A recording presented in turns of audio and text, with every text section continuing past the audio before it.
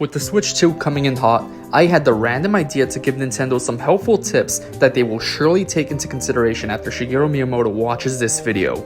More specifically, I want to talk about what the Switch 2 can learn from the Wii U in order for it to be the most successful console in Nintendo history. Now let's get started. Alright, right off the bat, I guess we gotta talk about the name. Many people, myself included, believe that the Wii U's name didn't help it sell as many consoles as it should. I'm not saying that's the main reason why, by the way, I'm just saying that's a small part of it, alright? So yeah, I think there's basically one of two routes Nintendo can go with the next console. Either they keep the Switch name but have an adjective next to it, like the Super Switch, or they change the name completely and call the next console something else. And based off of recent Nintendo interviews, I believe Nintendo might just opt in for the first option, because I remember reading in an article where someone at Nintendo described the next console as a sort of natural evolution of the Switch, and not some drastically different console. For example, the GameCube was drastically different from the Wii, but I don't believe we saw as big of a difference between the Wii and Wii U in terms of hardware, and that kind of changes what I'm expecting with the Switch 2, a more conservative hardware upgrade. And for that reason, I believe it only makes sense for the Switch 2 to be called the Switch U. Nah, but seriously though, I believe Nintendo should just name the console an entirely different thing and not follow in the Wii U's footsteps, even if the console will be similar to the first Switch. But hey, guess we'll find out what the name is soon. Next, I would like for the next Nintendo console to be as welcoming and cozy as the Wii U.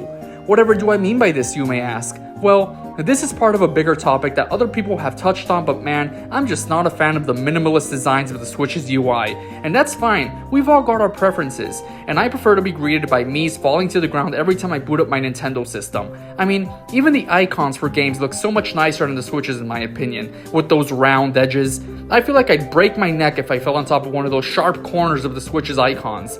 The UI is also a lot more vibrant on the Wii U's home screen than the Switch. And before you say, oh, well, you can just put your Switch in light mode, you big baby.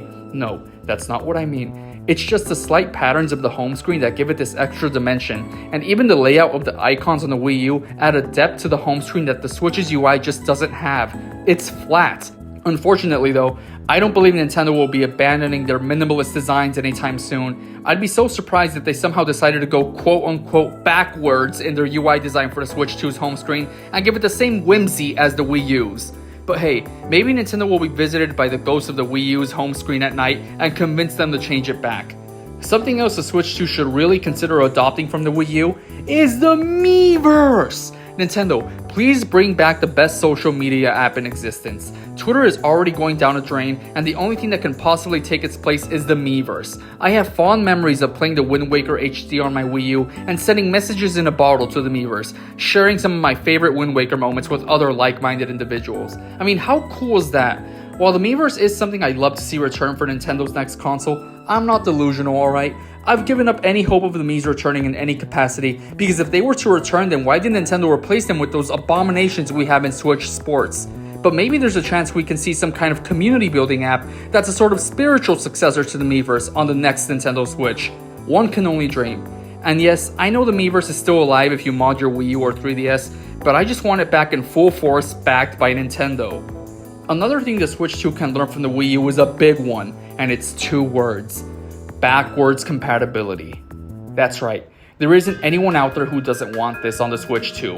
While backwards compatibility would probably doom everyone's Nintendo Switches to a life of solitude and collecting dust, I believe it to be a very necessary evil. I'm sorry, Nintendo Switch.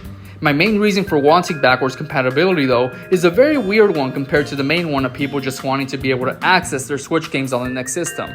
I want backwards compatibility because I believe this will lead to less remakes and re-releases on the Switch 2.